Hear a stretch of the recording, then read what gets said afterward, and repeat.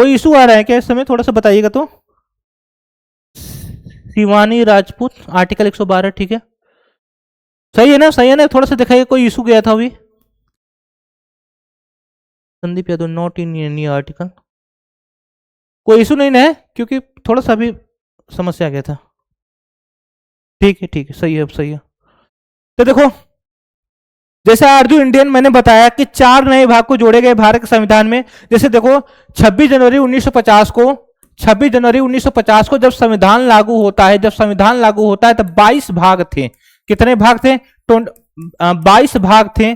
भारत के संविधान में कुल 22 भाग थे 26 जनवरी 1950 को। लेकिन क्या होता है, 7वां भाग जो है, जो 7वां भाग है, जिसमें आर्टिकल 238 दिया गया था। आर्टिकल 238 में लिखा गया था पार्ट बी के स्टेट, पार्ट बी के जो स्टेट थे, जो अनुसूची 1 में, जो अनुसूची 1 में पार्ट बी के स्टेट थे, उनको हटा दिया गया। यानी आर्टिकल 238 को डिलीट कर दिया गया, सस्पेंड कर दिया गया 7वें भाग को। 7वें भाग आर्टिकल 238 को सस्पेंड कर दिया गया है 7वें संविधान संशोधन, 7th कॉन्स्टिट्यूशन अमेंडमेंट एक्ट 1956 के द्वारा। यानी कि एक भाग को सस्पेंड कर दिया गया है ना। No sir, okay, all clear, ठीक है। एक भाग को सस्पेंड कर दिया गया, तो अब कितने भाग बचे? 22 में से एक गए तो 21 भाग अब बचे, ठीक है, 21 भाग बच गए संविधान में। बाकी यानी वर्तमान में है 25, यानी 4 नए भाग को जोड़ा गया होगा, 4 नए भाग को जोड़ा गया। तो जिसमें से देखोगे भाग तुम्हारा जो है 9, सॉरी, इसमें देखना क्या होता है, देखोगे आपका भाग 4A 4A, सभी को पता होगा इसके बारे में। इसमें दिया गया मौलिक कर्तव्य, फंडामेंटल ड्यूटीज के बारे में बात किया गया, मौलिक कर्तव्य, जो आर्टिकल 51 में ए में दिया गया है। किसमें? आर्टिकल 51 ए में दिया गया है मौलिक कर्तव्य, जो कि 7वें संविधान संशोधन 42वें संविधान संशोधन 1976 के द्वारा दिया गया। किसके द्वारा? 42वें संविधान संशोधन 1976 के द्वारा जोड़ा गया। क्या? मौलिक कर्तव्य। यह मौलिक कर्तव्य कहां से लिया गया? यूएसएसआर के संविधान से लिया गया है, यूएसएसआर के संविधान से लिया गया है। एक मिनट, थोड़ा सा इशू आ रहा है, एक मिनट, बार बार आ रहा है। ठीक है, कोई नहीं। 7वें संविधान संशोधन 1976 के द्वारा, 42वें संविधान संशोधन 1976 के द्वारा जोड़ा गया। एक चीज और जानना, भाग 14A भी क्या किया गया, यहां से जोड़ा गया, जिसमें ट्रिब्यूनल्स, प्राधिकरण के बारे में जोड़ा जाता है, ट्रिब्यूनल्स के बारे में बताया गया। ठीक है, ट्रिब्यूनल्स के बारे में बताया गया। भाग 14A, ये भी क्या है? ये भी आपके 7वें संविधान, क्या फिर बार बार वही बोल रहा हूं मैं, मेरी 7वें जुबान पे चढ़ गया है। 42वें संविधान संशोधन 1976 के द्वारा ही जोड़ा जाता है। 42वें संविधान संशोधन 1976 के द्वारा ही जोड़ा जाता है। ठीक है, 42वें संविधान संशोधन 1976 के द्वारा ही ये क्या होता है? जोड़ा जाता है, जो कि आर्टिकल 323A में है। आर्टिकल 323A में है। क्या है आपका? ट्रिब्यूनल्स। यानी 2 नए भाग जुड़ गए। बाकी 2 नए भाग देखो कब जुड़ते हैं। 2 नए भाग आपका 74वां संविधान संशोधन 1992, 74वां संविधान संशोधन 1992 में क्या होता है? भाग 9A, भाग 9A जोड़ा जाता है। आर्टिकल 243P से लेकर के आर्टिकल 243ZG तक। ठीक है, इसमें क्या होता है आपका? नगर पालिका, म्युनिसिपैलिटीज के बारे में बात किया गया। नगर पालिका, नगर निगम, नगर परिषद, इस सब के बारे में आपका 74वां संविधान संशोधन 1992 में जोड़ा जाता है। ठीक है, वही देखोगे आपका 97वां संविधान संशोधन 2011 द्वारा भाग 9B जोड़ा जाता है। भाग 9B जोड़ा जाता है, जो सहकारी समिति के लिए होता है। किसके लिए? सहकारी समिति के लिए होता है, जिसमें देखोगे आर्टिकल 243ZH से लेकर के आर्टिकल 243ZT तक 4 नए यानी यहां तक भाग को जोड़ा जाता है, सहकारी समिति कोऑपरेटिव सोसाइटी के लिए जोड़ा गया। क्लियर है यहां तक? बताइएगा। 4 नए भाग को जोड़ा गया। क्लियर है? आरजू इंडियन, सिद्धार्थ सिंह गजब, thank you so much. Clear है ना? तो देखिए भाग 4 है, जोड़ा गया मौलिक कर्तव्य 42वां। भाग 14 है, जोड़ा गया मौलिक ट्रिब्यूनल्स प्राधिकरण 42वां। फिर उसके बाद भाग 9A, भाग 9A में जोड़ा गया आपका क्या, नगर पालिका यानी म्युनिसिपैलिटी से संबंधित आर्टिकल 243 कहां गया, ए से पी से लेकर के आर्टिकल 243 जेड तक। वही आपका 97वां संविधान संशोधन 2011 द्वारा कोऑपरेटिव सोसाइटी को जोड़ा गया, जो कि आर्टिकल 243 जेड एच से लेकर के आर्टिकल 243 जेड टी तक। ठीक है, इसमें क्या दिया गया, कोऑपरेटिव सोसाइटी के बारे में, सहकारी समितियों के बारे में बात किया गया। ओके, क्लियर है ना? चलो आगे बढ़ते हैं, अगले सवाल फटाक से चलते हैं। संविधान के किस भाग में संघ राज्य संबंध का वर्णन है? Which part of the constitution deals with union state relations? जो शुरू से जुड़ा होगा उसको फटाक से कमेंट करके बता देगा। ये जो शुरू से जुड़ा होगा वो तुरंत बताएगा। किसमें है? Which part of the constitution deals with union state relations? भाग 10 में है, 11 में है, 12 में है या फिर 13 में है? कमेंट करिए भाई, जल्दी बताएं किस में दिया गया है, किस में दिया गया है। ये आप लोग को अच्छा पता चल गया होगा स्टार्टिंग से ही, ठीक है, क्योंकि शायद तीसरी बार पूछ रहा हूं मैं। शिवानी राजपूत, ठीक है, शिवानी राजपूत भाग बी, ठीक है, शिवानी राजपूत, ठीक है, आपको सही है। और लोग बताइए, और लोग पीछे क्यों है भाई? कमेंट लेट आ रहा है क्या? जल्दी बताइएगा। शिवानी राजपूत शायद अभी को जुड़ी है, लेकिन उन्होंने अच्छा जवाब दिया, लेकिन जो लोग शुरू से जुड़े उन्होंने जवाब नहीं दिया। जल्दी बताइएगा। आपका सेकंड ऑप्शन बी है, यानी बी में दिया गया भाग 11 में, जो आर्टिकल कहां से कहा था शिवानी, क्या पता है क्या आपको? कहां से कहां तक दिया गया है? जल्दी बताइएगा। जो पहले जुड़े वो आर्टिकल लिख दे फटाक से, जो पहले से जुड़े हुए हैं वो आर्टिकल लिख दे। जल्दी से बताइएगा, इतना समय न लीजिए। भाग 11 में अर्जुन इंडियन, ठीक है, आर्टिकल लिखिए अर्जुन इंडियन आप तो।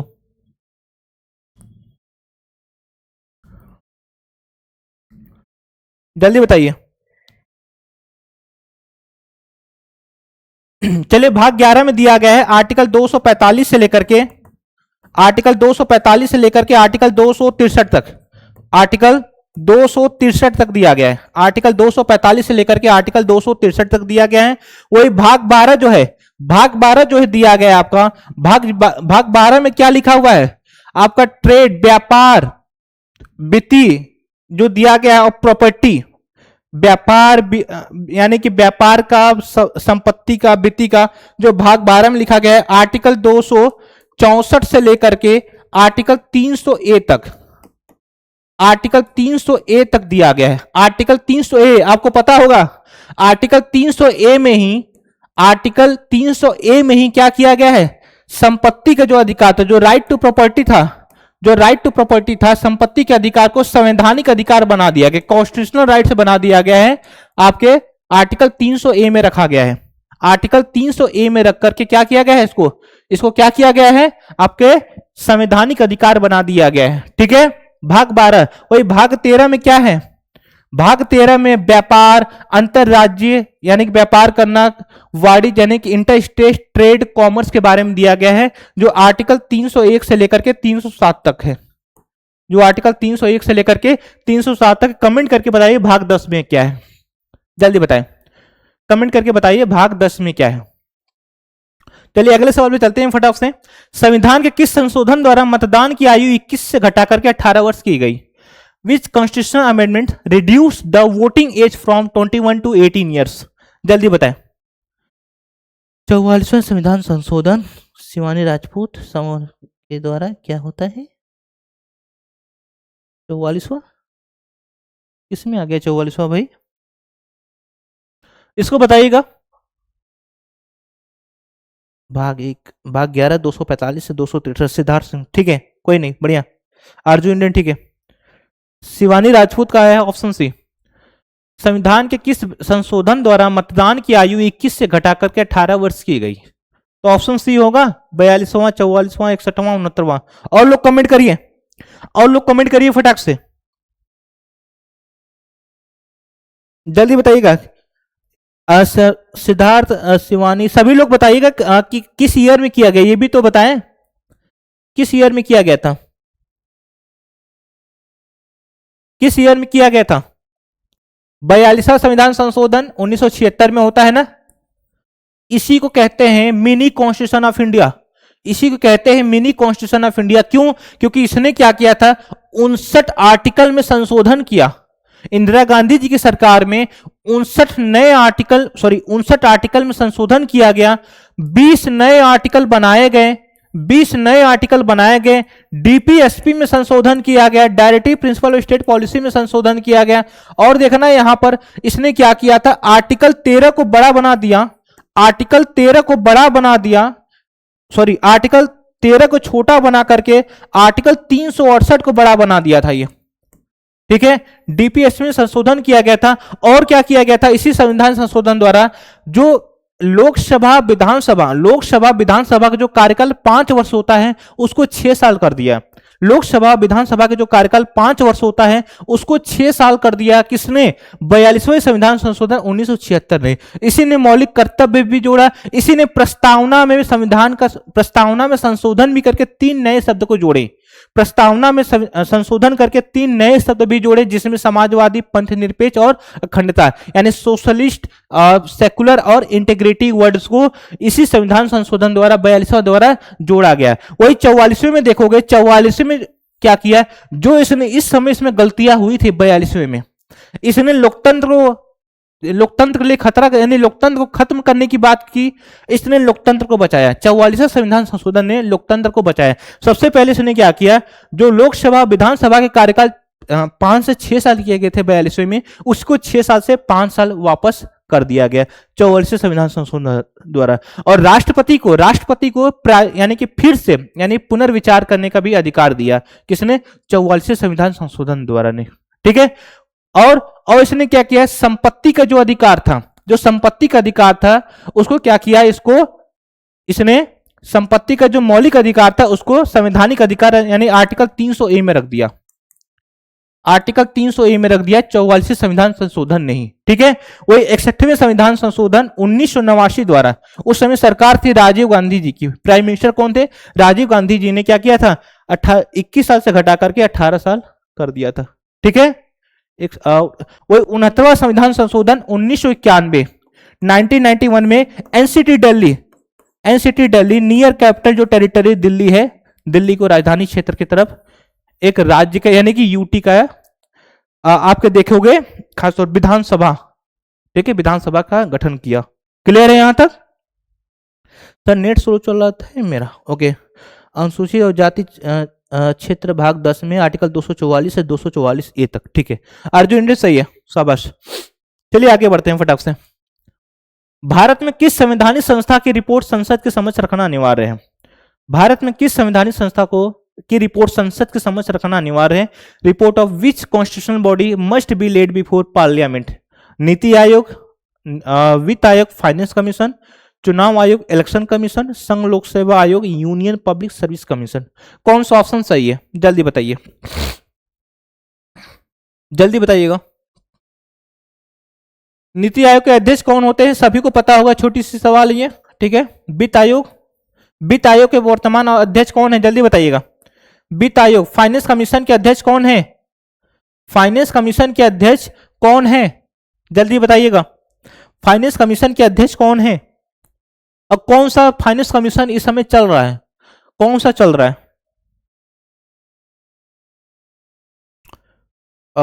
शिवानी राजपूत बी, वित्त आयोग, ठीक है। कौन सा इस समय फाइनेंस कमीशन चल रहा है, जल्दी बताइएगा।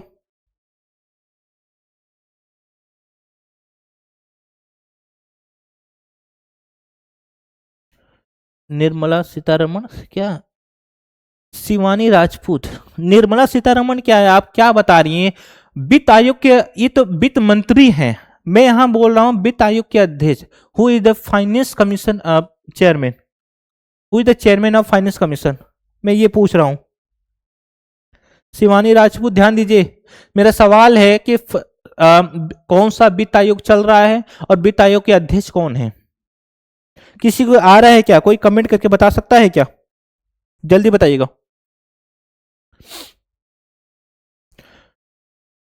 जल्दी बताइएगा।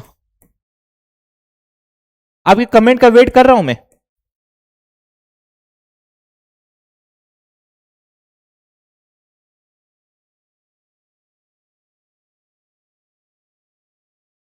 जल्दी बताइएगा।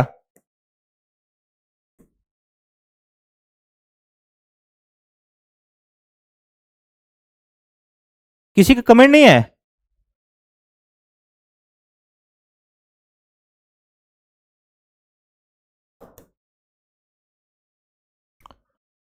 चलो, किसी को पता नहीं। देखिए, इस समय जो चल रहा है 16वां फाइनेंस कमीशन का चल रहा है, 16वां वित्त आयोग है ये।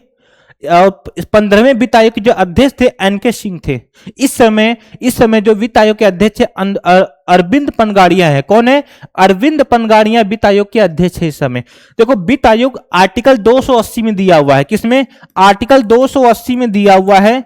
और इसका काम है केंद्र और राज्यों के बीच में, जैसे मान लो कि कोई राज्य पिछड़ा हुआ है, किसी राज्य में भौगोलिक स्थिति नहीं है, कि कोई राज्य गरीब है, किसी राज्य में शिक्षा की कमी है, तो क्या करेगा? उस राज्य को कितना पैसा जरूरत है, कई सारे पैरामीटर्स पे देखते हुए काम करता है। यानी कि केंद्र और राज्यों के बीच में, मान लो कि वित्त आयोग के पास पैसा आया 1000 करोड़ रुपए, तो किन राज्यों को किस स्थिति में पैसे देना है, पैसे बांटना है, टैक्स का पैसा कैसे बांटना है, वो काम किसका है?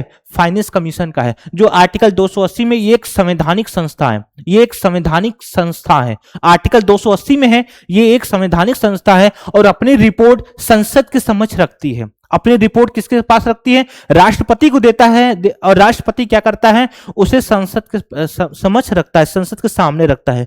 अरविंद पनगाड़िया, शिवानी राजपूत। ठीक है, ठीक है, शिवानी राजपूत क्लियर है? ठीक है। तो वित्त आयोग के अध्यक्ष कौन है? अरविंद पनगाड़िया, जो 16वां वित्त आयोग इस समय चल रहा है। तो फाइनेंस कमीशन ये भी क्या करता है? संसद के समक्ष अपना रिपोर्ट रखता है, संसद के सामने अपना रिपोर्ट रखता है। यानी राष्ट्रपति को देता है, राष्ट्रपति उसको क्या करता है? संसद के सामने रखता है। वही भाषाई अल्पसंख्यक के जो अधिकारी होते हैं, देखो भाषाओं के आधार पर भाषाओं की जानकारी रखना, एक कमेटी बनाई जाती है, एक बोर्ड बनाया जाता है, जो उसके अधिकारी होते हैं, ये भी अपना रिपोर्ट कहां पर रखते हैं? कहां पर रखते हैं? संसद के समक्ष रखते हैं। क्लियर है ना? ये भी क्या करते हैं? अपना रिपोर्ट संसद के समक्ष रखते हैं। क्लियर है? और वही जो यूपीएससी भी एक संवैधानिक संस्था है, यह भी अपना रिपोर्ट संसद के समक्ष रखता है, जो आर्टिकल 323 में है। ठीक है, आर्टिकल 323 में है। वही सीएजी भी अपना report comptroller and auditor general of India, यानी कि भारत के ऐसे कुछ करके परीक्षक करके नाम है, महालेखा परीक्षक। ठीक है, ठीक है, ये भी क्या करता है? अपना रिपोर्ट पार्लियामेंट के समझ सकता है। आर्टिकल 151 के तहत यूपीएससी, आर्टिकल 323 के तहत, वही भाषाई अल्पसंख्यक जो होता है आर्टिकल 350 बी के तहत, आर्टिकल 350 बी के तहत, वही फाइनेंस कमीशन आर्टिकल 280 के तहत अपना रिपोर्ट संसद के सामने रखते हैं। किसके सामने? संसद के समक्ष रखते हैं। क्लियर है? जल्दी बताइएगा। चलो आगे चलते हैं अगले सवाल में फटाक से। तो इसमें जो ऑप्शन था ना, ध्यान दीजिएगा, इस क्वेश्चन में जो ऑप्शन था, इसमें क्या था? 2 ऑप्शन दिए हुए थे, वित्त आयोग भी था, संघ लोक सेवा यानी यूपीएससी भी दिया हुआ था। तो यानी ये दोनों सही होगा। ठीक है, ठीक है ना? ये दोनों सही होगा। क्लियर है? चलो आगे चलते हैं अगले सवाल पे।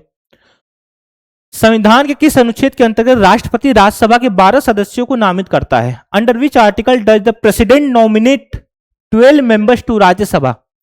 Under which article president nominate 12 member to Rajya Sabha? Article 79, article 80, article 81, article 84। जल्दी बताइए कौन सा ऑप्शन सही है, कमेंट करके बताइए, कमेंट करके बताइएगा कौन सा ऑप्शन सही है। आपके कमेंट का वेट कर रहा हूं मैं, जल्दी बताइए।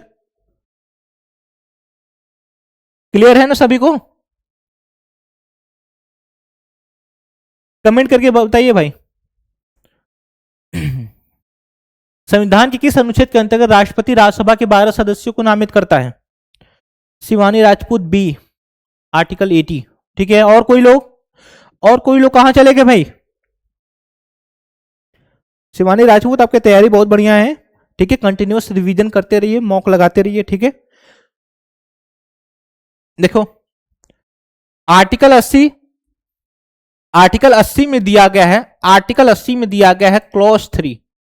आर्टिकल 80 में क्लॉज 3 के तहत, आर्टिकल 80 क्लॉज 3 के तहत, आर्टिकल 80 क्लॉज 3 के तहत राष्ट्रपति क्या करता है, 12 लोकसभा सदस्यों, सॉरी 12 राज्यसभा सदस्यों को नॉमिनेट करता है। 12 राज्यसभा सदस्यों को नॉमिनेट करता है कौन, राष्ट्रपति। कौन करता है, राष्ट्रपति। किन किन क्षेत्रों के आधार पर, 4 क्षेत्रों के आधार पर नॉमिनेट करता है। कोई कमेंट में लिख सकता है क्या वो चारों क्षेत्रों का नाम। 12 राज्यसभा सदस्यों को नॉमिनेट करता है, कौन करता है, राष्ट्रपति। किन किन क्षेत्रों के आधार पर करता है, और ये जो प्रावधान है, ये जो प्रोविजंस लिए गए हैं, ये जो प्रोविजंस लिए गए आयरलैंड के संविधान से लिया गया है। कहां से लिया गया है, आयरलैंड के संविधान से। आयरलैंड के संविधान से ये प्रोविजंस लिया गया है। आयरलैंड के संविधान से प्रोविजंस लिया गया है कि वो क्या करे, राज्यसभा सदस्यों को मनोनीत करे, राज्यसभा सदस्यों को नॉमिनेट करे। कहां से लिया गया है, आयरलैंड के संविधान से लिया गया है। 12 सदस्यों को मनोनीत करता है, और ये सदस्य जो होते हैं, ये सदस्य जो होते हैं राष्ट्रपति चुनाव में भाग नहीं लेते हैं, यानी कि आपका कॉलेजियम सिस्टम यानी इलेक्टोरल कॉलेज का सदस्य नहीं होते हैं। राष्ट्रपति का जो निर्वाचक मंडल होता है उसके सदस्य ये नहीं होते, यानी कि ये राष्ट्रपति चुनाव में वोट नहीं करेंगे। राष्ट्रपति के चुनाव में वोटिंग राइट्स इनके पास नहीं होता है। ऑप्शन बी आर्जो इंडियन ठीक है। बताइएगा 4 क्षेत्रों के नाम बता दीजिए फटाक से, कौन कौन क्षेत्रों के आधार पर मनोनीत किए जाते हैं। जिसमें देखोगे सोशल यानी समाज सेवा करता हुआ हो उसको नॉमिनेट किया जा सकता है। दूसरा देखोगे आर्ट्स कला क्षेत्र से जो हो। तीसरा देखोगे लिटरेचर यानी साहित्य क्षेत्र से हो। और चौथा देखोगे तुम्हारा जो आएगा आपका साइंस यानी विज्ञान क्षेत्र से हो। इन 4 क्षेत्रों से होते हुए आपके क्या होते हैं, मनोनीत किए जा सकते हैं। इन्हें राष्ट्रपति की चुनाव में भाग लेने का अधिकार नहीं है। ठीक है, जैसे आपका सचिन तेंदुलकर सभी लोग जानते होंगे, ये जो किए गए थे सोशल क्षेत्र से थे, ये यानी कि समाज सेवा क्षेत्र से इनको राज्यसभा के लिए नॉमिनेट किए गए थे। वही राज्यसभा के सदस्यों को जो कार्यकाल होता है 6 साल का होता है। और उसी में देखोगे 1/3 यानी 1/3 सदस्य हर 2 सालों के लिए क्या होते हैं, 2 साल बाद रिटायर्ड किए जाते हैं या फिर से री इलेक्ट होते हैं। ठीक है, हर 2 साल बाद 1/3 मेंबर्स या तो रिटायर्ड किए जाएंगे या तो फिर री इलेक्ट होते हैं। ठीक है, फिर से चुनाव से चुनकर आते हैं। ठीक है, सिद्धार्थ सिंह विज्ञान साहित्य ठीक है, सही है। ठीक है, आर्टिकल 80 और आर्टिकल 79 में दिया क्या है, आर्टिकल 79 में आपका संसद के गठन है यानी स्टैब्लिशमेंट ऑफ पार्लियामेंट के बारे में बात किया गया, जहां पर 3 अंग होते हैं, लोकसभा, राज्यसभा और आपका राष्ट्रपति। आर्टिकल 81 में क्या है और आर्टिकल 84 में क्या है, जल्दी से बता दीजिए कमेंट करके। ठीक है, चलिए अगले सवाल पे चलते हैं। भारत में मतदाता का अधिकार, सॉरी मतदान का अधिकार किस प्रकार का अधिकार है। The right to vote in India is a fundamental right, मौलिक अधिकार, संवैधानिक अधिकार कॉन्स्टिट्यूशनल राइट, कानूनी अधिकार लीगल राइट, प्राकृतिक अधिकार नेचुरल राइट। जल्दी बताइएगा कौन सा अधिकार है ये। भारत में मतदान का अधिकार किस प्रकार का अधिकार, the right to vote in India is a, जल्दी बताइएगा जल्दी बताइए। लोकसभा 81 में ठीक है, अर्जुन इंडियन सही है। 84 में क्या था, जल्दी बताइए। भारत में मतदान का अधिकार किस प्रकार का अधिकार है। मैं ज्यादा समय नहीं दे सकता हूं, आगे बढ़ना पड़ेगा मुझे। कमेंट काफी लेट आ रहा है या तो फिर आप लोग लेट कर रहे हो, ठीक है ना। शिवानी राजपूत बी, संवैधानिक अधिकार कॉन्स्टिट्यूशनल राइट। ठीक है, ऑप्शन सी अर्जुन इंडियन गलत है आपका। ऑप्शन बी आपका जो है क्लियर हुआ, सही होगा। ये एक कॉन्स्टिट्यूशनल राइट है, ये क्या है, संवैधानिक अधिकार है। वोट देना मौलिक अधिकार नहीं है। ठीक है, वोट देना मौलिक अधिकार नहीं, एक संवैधानिक अधिकार। अगर मौलिक अधिकार बना दिए जाए तो बिलो द 18 वो भी आपका क्या करेंगे, क्लेम करने लगेंगे कि हम भी तो भारत के सिटीजन हैं, हमें भी तो मौलिक अधिकार है ये। ठीक है, तो ऐसा नहीं है। तो योग्यता 84। ओके, चलो अगला सवाल है, संविधान के किस अनुच्छेद के अंतर्गत राज्य वित्त आयोग का गठन किया जाता है। Under which article is the state finance commission constituted. जल्दी बताइएगा। संविधान के किस अनुच्छेद के अंतर्गत राज्य वित्त आयोग का गठन किया जाता है?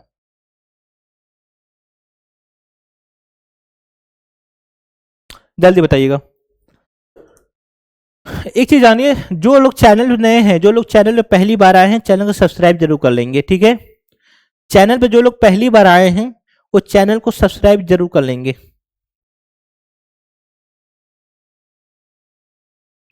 चैनल पे जो लोग पहली बार आए हैं चैनल को सब्सक्राइब जरूर कर लेंगे।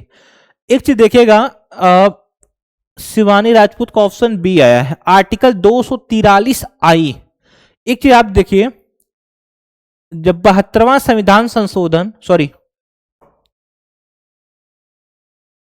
73वां संविधान संशोधन 1992 में क्या होता है, पंचायत की स्थापना होती है। किसकी? पंचायत की। जो आर्टिकल 243 ए से लेकर के, आर्टिकल 243 ए से लेकर के आर्टिकल 243 ओ तक दिया हुआ है। कहां से कहां तक? आर्टिकल 243 ए से लेकर के आर्टिकल 243 ओ तक। इसको जो समझ गया होगा उसका ऑप्शन भी क्लियर हो गया होगा कि कौन सा ऑप्शन इनमें से सही है, ठीक है, तक दिया हुआ है। चलिए अगले सवाल पे चलते हैं फटाक से। भारत में महाभियोग की प्रक्रिया किस पर लागू होती है? Impeachment procedure in India applies to whom? प्रधानमंत्री पर, राष्ट्रपति पर, मुख्य न्यायाधीश पर, राज्यपाल पर? जल्दी बताइएगा, जल्दी बताइएगा। भारत में महाभियोग की प्रक्रिया किस पर लागू होती है? Impeachment procedure in India applies to whom? 10 second का टाइम दीजिएगा, तथा आप कमेंट करते रहिए। डोलक ब्रो,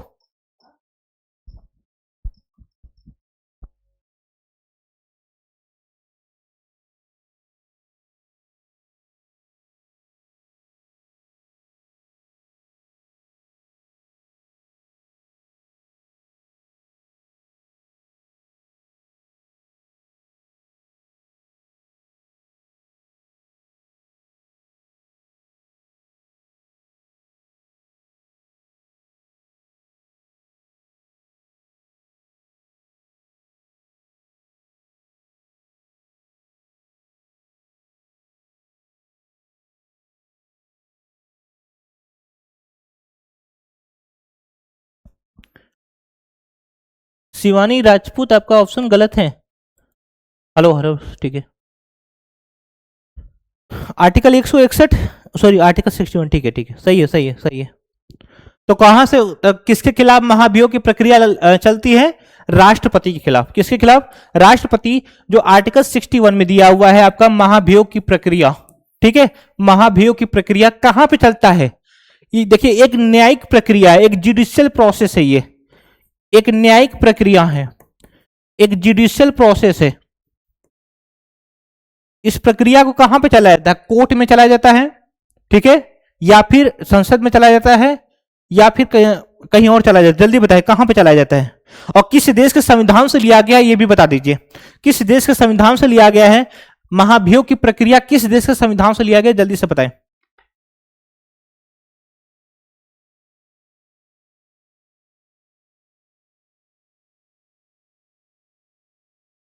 शिवानी राजपूत, आपने बोला क्या है? आपने ये बोला है कि जो सुप्रीम कोर्ट में चलाया जाता है, क्योंकि न्यायिक प्रक्रिया है।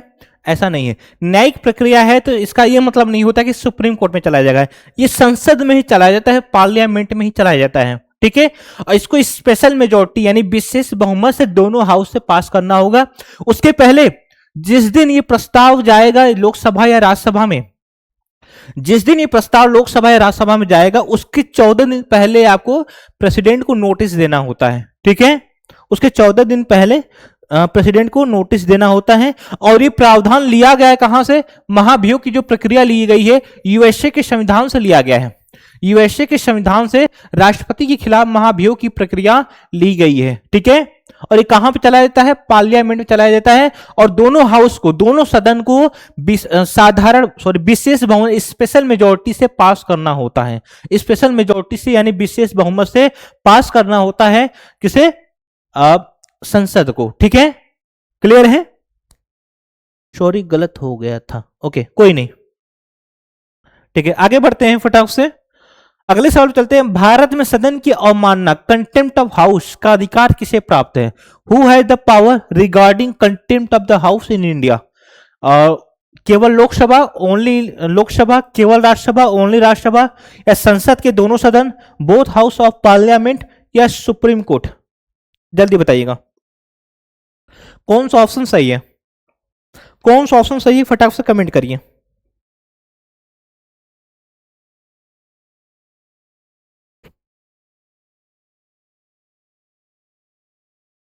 जो लोग पहली बार आए हैं चैनल पे ना, उस चैनल को सब्सक्राइब जरूर कर लेंगे। और मॉर्निंग में हम 6:30 बजे से आप लोगों के लिए क्या कर रहे हैं, current affair and static GK का भी क्लासेस लेने वाले हैं। ठीक है, करंट अफेयर और स्टैटिक जीके कंबाइंड क्लासेस लेने वाले हैं 6:30 बजे से। ठीक है, तो जिसे जुड़ना होगा वो जुड़ेगा 6:30 बजे मॉर्निंग में।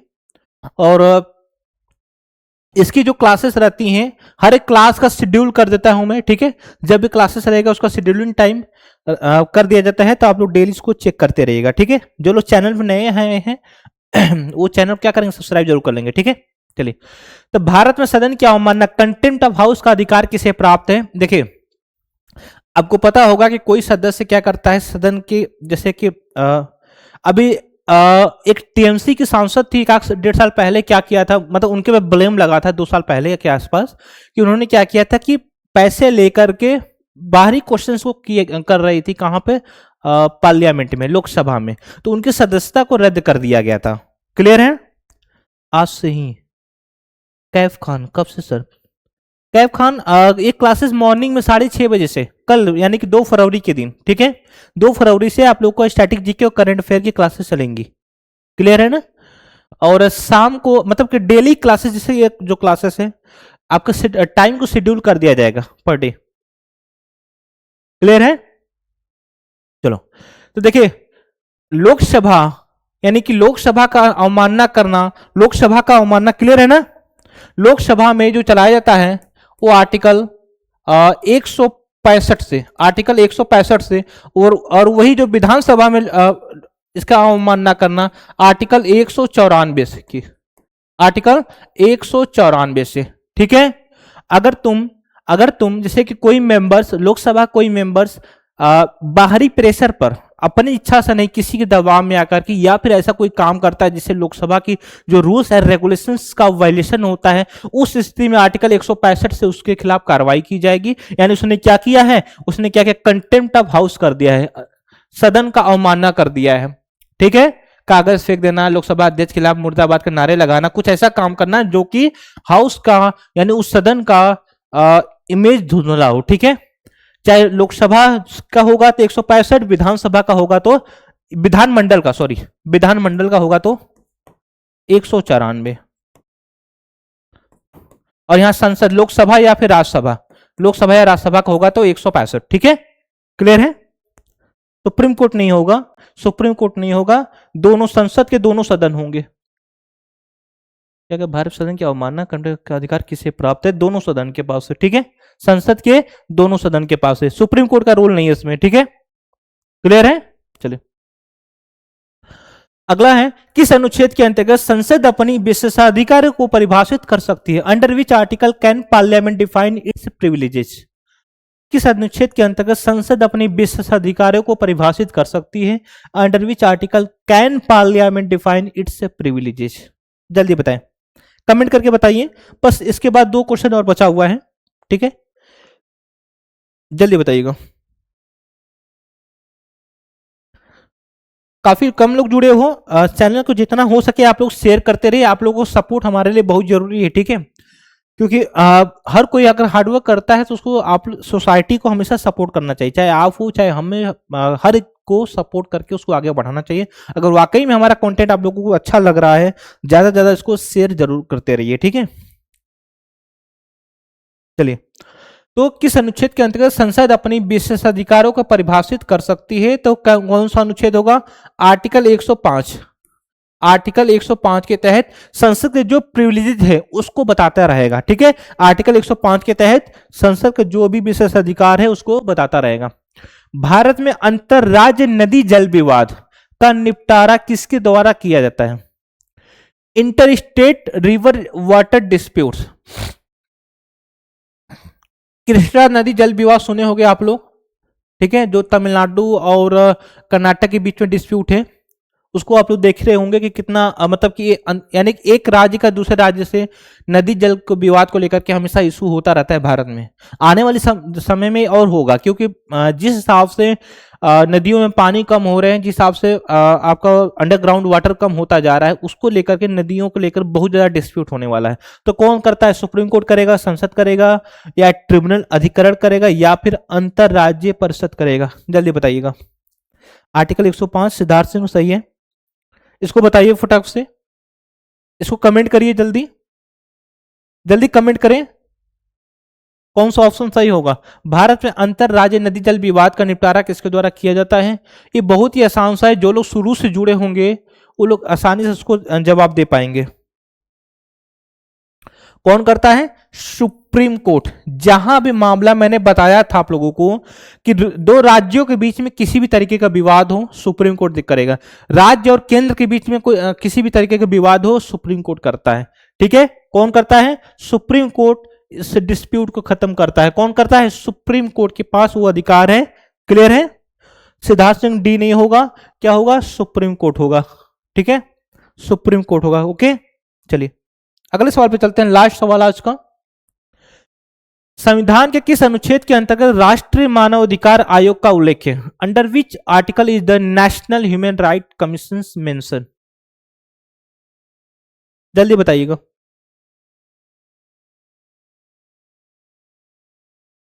जल्दी बताइएगा, संविधान के किस अनुच्छेद के अंतर्गत राष्ट्रीय मानवाधिकार आयोग का उल्लेख है? जल्दी बताइएगा, किसके तहत है? कमेंट करिए फटाक से आप लोग। किसी कमेंट नहीं आ रहा है, आप लोग कमेंट के चक्कर में मैं लेट हो जा रहा हूं, काफी लेट कमेंट कर रहे हो। चलिए मैं बता रहा हूं, ठीक है, बताने जा रहा हूं मैं। देखिए, कह रहा है अनुच्छेद 32 में लिखा है, 51 में लिखा है, या फिर 226 में? आपको पता है अनुच्छेद 32 में क्या है? 32 में क्या है जल्दी बताइएगा। 32 में है आपका सुप्रीम कोर्ट को राइट्स दिया गया कि वो रिट इशू करे। 226 में हाई कोर्ट के पास राइट है कि वो रिट इशू करे, हाई कोर्ट को। वही ऑप्शन सी है जो संविधान में प्रत्यक्ष उल्लेख नहीं है। ठीक है, ये किसमें उल्लेख है? मानव अधिकार के बारे में उल्लेख है, PHRA act, PHRA 1993, protection of human right act, protection of human right act 1993 में इसके बारे में बताया गया है। इसी के तहत मानव अधिकार आयोग बनाया गया है। Protection of human right act, human right यानी कि मानव अधिकारों का संरक्षण को लेकर के जो 1993 में एक्ट बना था, उसी में protection of human right act, human rights act 1993 में। क्लियर है? Protection of human rights act 1993 में दिया हुआ है। RIT रिट, हाँ, 226 में हाई कोर्ट रिट जारी करता है, आर्टिकल 32 में सुप्रीम कोर्ट रिट जारी करता है। रिट जारी कब होता है? जब फंडामेंटल राइट्स का वायलेशन हो जाता है, जब नागरिकों के फंडामेंटल राइट्स का वायलेशन होता है, तब इस स्थिति में हाई कोर्ट और सुप्रीम कोर्ट अलग अलग अपना रिट्स जारी करते हैं। जो 5 प्रकार के रिट ये भी जारी करता है, 5 प्रकार के रिट जारी करता है, ये भी 5 प्रकार के रिट जारी करते हैं। ठीक है, क्लियर है? चलिए, तो ये था आज का लास्ट क्वेश्चन। ठीक है, आज का लास्ट क्वेश्चन। आप लोगों को सेशन कैसा लगा हो कमेंट करके जरूर बताइए, और जितना हो सके अपने दोस्तों तक, अपने परिवार तक, अपने रिश्तेदार तक, पड़ोसियों तक जरूर इसको शेयर कर दीजिए। ठीक है, सेशन कैसा लगा कमेंट करके जरूर बता दीजिए। ओके, और सेशन खत्म होने के बाद जब वीडियो आता है, उस वीडियो में आप लोग कमेंट करके जरूर बता दिया करिए, क्योंकि कुछ लोग रिकॉर्डेड देखते हैं ना, तो वो आपका फीडबैक जरूर देखते हैं कि जो बच्चे पढ़े हैं उनका फीडबैक कैसा है। ये आज का लास्ट क्वेश्चन था। मॉर्निंग में हम लोग मिलेंगे, जहां पर करंट अफेयर्स और स्टैटिक जीके के पोर्शन को पूरा किया जाएगा। शिवानी राजपूत, थैंक यू बच्चे। इसको जितना हो सके शेयर जरूर करिएगा, चैनल को सब्सक्राइब जरूर कर लीजिएगा। ठीक है।